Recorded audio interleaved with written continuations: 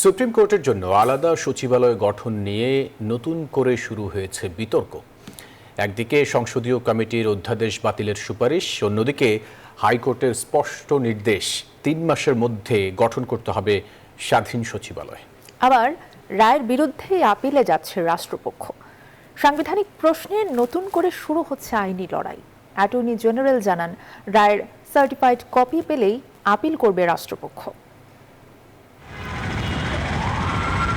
নির্বাহী বিভাগ থেকে বিচার বিভাগকে আলাদা করার বিষয়ে জনগণের আকাঙ্ক্ষা দীর্ঘদিনের।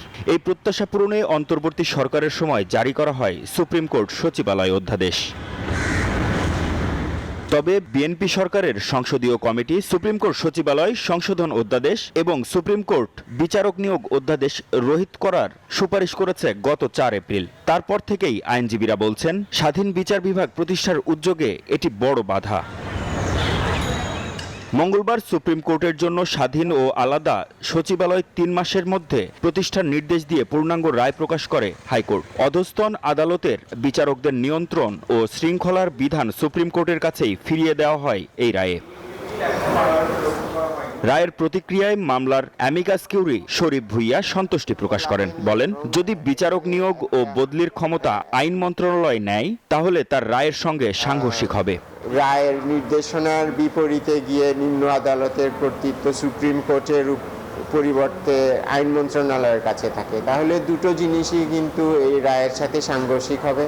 এদিকে ৩ মাসের মধ্যে সুপ্রিম কোর্টের স্বতন্ত্র সচিবালয় প্রতিষ্ঠা করতে নির্দেশ দিয়ে হাইকোর্টের দেয়া রায়ের বিরুদ্ধে দ্রুতই আপিল করার কথা জানিয়েছেন অ্যাটর্নি জেনারেল।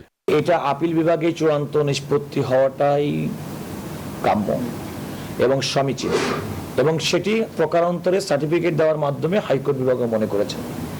সরকার, রাষ্ট্রের পক্ষে সরকারের অবস্থান হচ্ছে, যেহেতু সংবিধানের গুরুত্বপূর্ণ প্রশ্ন জড়িত আইনের ব্যাখ্যা সম্বলিত, সুতরাং এটা রাষ্ট্রের পক্ষ থেকে আমরা আপিল দায়ের করব যত দ্রুত সম্ভব।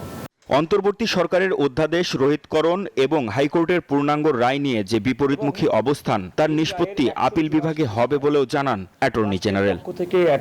পক্ষ থেকে সার্টিফিকেট। মাহমুদ হাসান, নিউজ 24, ঢাকা।